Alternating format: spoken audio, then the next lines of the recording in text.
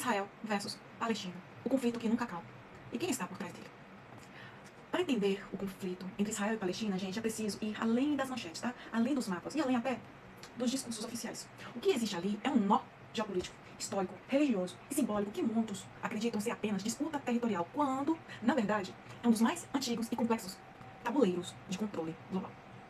E como todo grande conflito que resiste ao tempo, há muito mais por trás do que nos mostram, tá?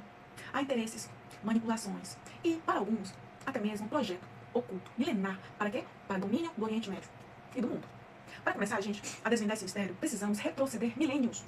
A região da Palestina já era habitada, tá, por diversos povos, cananeus, filisteus, hebreus, árabes e outros grupos semitas. Os hebreus, antepassados dos judeus modernos, estabeleceram ali os antigos reinos de Israel e Judá, mas foram conquistados e dispersos por impérios como o babilônico e o romano. Com o tempo, o território passou a ser dominado por romanos, bizantinos, muçulmanos, cruzados, otomanos, até cair na mão do Império Britânico no século XX. E aí que o roteiro moderno começa. Com a Declaração de Balfour, de 1917, quando a Grã-Bretanha prometeu apoiar a criação de um lar nacional judeu na Palestina, mesmo com a maioria da população sendo árabe. Mas por que a Grã-Bretanha faria isso? Para muitos estudiosos de conspiração, é claro, essa promessa foi parte de um plano sionista internacional articulado com elites financeiras para criar o quê? Um Estado que pudesse servir de ponto de influência e controle no coração do Oriente Médio. Uma das regiões mais ricas em petróleo e, simbolicamente, sagrada para as 3 maiores regiões monoteístas. Com o fim da Segunda Guerra Mundial e o Holocausto ainda fresco na memória global, a ONU aprova, em 1947, um plano de partilha da Palestina. O plano, gente, dividiu o território entre judeus e árabes. Mas os árabes não foram consultados e, obviamente, rejeitaram a proposta. Em 1948, é proclamado o Estado de Israel para os judeus, o renascimento de uma nação milenar. Para os palestinos, o início da Nakaba, a catástrofe. Mais de 700 mil palestinos foram expulsos ou fugiram de suas casas. Vilarejos foram destruídos, territórios foram anexados e um ciclo de conflitos se iniciou. Mas o que os livros não te contam, com detalhes, é o envolvimento de potências internacionais no financiamento, apoio militar e geoestratégico da criação de Israel, enquanto os árabes eram deixados à própria sorte. Esse evento marca não só uma divisão política de um povo, mas também o início de um ciclo de dor, que, segundo algumas teorias, foi planejado para durar indefinidamente. Como que? Um laboratório geopolítico de controle, medo, conflito e observação. Desde então, guerras se sucederam. Israel foi apoiado massivamente pelos Estados Unidos e os países ocidentais, é claro. Já os palestinos foram fragmentados politicamente, isolados em faixas como a Gaza e a Cisjordânia e impedidos de formar um Estado soberano. Conforme o tempo passava, muitos estudiosos passaram a levantar a hipótese de que esse conflito é mantido propositalmente em estado de tensão.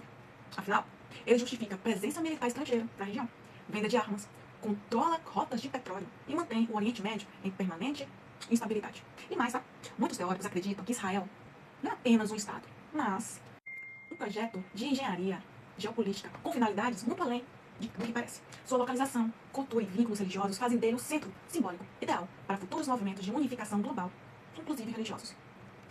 Alguns pesquisadores, gente, sugerem que a criação de Israel pode ter sido inspirada por uma visão cabalística do mundo, com o objetivo de posicionar uma chave espiritual e geopolítica na Terra Santa, preparando o terreno para eventos proféticos que ainda estariam por vir. Outros apontam que, ao manter o povo palestino fragmentado, sem autonomia política real e submetida a um cerco constante, as grandes agentes do poder global alimentam uma narrativa dual de vítima e agressor, essencial para justificar o quê? Intervenções financeiras e ideológicas. A cobertura da mídia sobre o conflito é um capítulo à parte, tá? Palavras como confronto e tensão são usadas para suavizar massacres. Enquanto isso, vozes palestinas são constantemente apagadas, censuradas ou distorcidas. Isso levanta a suspeita de uma manipulação sistemática da narrativa internacional, onde o que é mostrado é apenas o que convém aos interesses geopolíticos maiores. ONGs, intelectuais e até ex-militares israelenses denunciaram práticas sistemáticas de expulsão, vigilância, apartheid territorial e desumanização. Mas essas denúncias raramente chegam ao grande público, como devia, pelo menos, devido à força.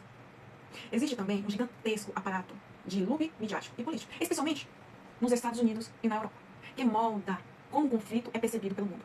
Diversos jornalistas aí e acadêmicos denunciam que os palestinos são retratados como terroristas por natureza, enquanto Israel é apresentado como um bastião da civilização ocidental. Uma dicotomia artificial, mas incrivelmente eficaz. Além da disputa por terra, o conflito entre entre Israel e Palestina é retratado como um embate entre civilizações ocidental e extremismo islâmico. Essa narrativa, a gente, porém, é apontada como uma estratégia para fomentar islamofobia e manter a mentalidade de guerra constante.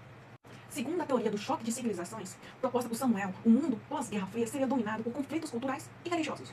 Muitos analistas conspiratórios veem isso como um roteiro premeditado, tá? Onde Israel atua como uma âncora ocidental dentro do mundo árabe, favorecendo o quê? Um redesenho completo do Oriente Médio.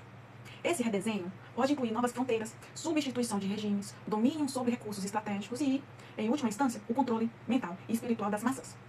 A guerra em si, nesse contexto, seria um espetáculo contínuo, com fins de programação coletiva. Religião? Território? Vingança histórica? Ou estaria usando esses fatores para justificar algo maior? Alguns teóricos afirmam que o território hoje ocupado por Israel corresponde ao que textos antigos chamam de Terra Sagrada das Profecias Finais. Isso inclui um monte de tempo, tá? Um monte do tempo, na verdade. A suposta Arca da Aliança e até as passagens do Apocalipse. Outros apontam para o uso desse conflito como parte de uma agenda maior, a criação de uma governança global unificada, como uma religião híbrida e um capital espiritual aí situado justamente entre Jerusalém. Teorias como os da Nova Ordem Mundial se alimentam dessas conexões, sugerindo que o conflito entre Israel e Palestina é apenas a superfície de um plano muito mais profundo. Existem ainda documentos históricos e discursos políticos que indicam que o Oriente Médio tem sido usado como campo experimental para psicopolítica, vigilância, propaganda de guerra, testes de armamentos e manipulação cultural em massa. Dentro dessa lógica, a Palestina seria o campo de sacrifício, Israel a fortaleza observadora.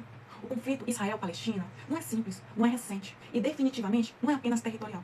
Ele carrega cicatrizes de séculos de disputa, manipulação, promessas quebradas e interesses ocultos. Mas, mais do que isso, ele pode ser o coração pulsante de um grande jogo de controle global. Aqui no canal, seguimos investigando o que está por trás das versões oficiais, tá? Porque às vezes, o que parece eterno foi planejado para nunca acabar. E nesse roteiro, o Oriente Médio talvez seja apenas o começo de algo ainda maior. Um projeto que transforma guerras em programas, vítimas em números e a espiritualidade em geoestratégia. A pergunta real não é quem tem razão, mas sim quem está por trás dos bastidores movendo as peças. E por quê? Até a próxima.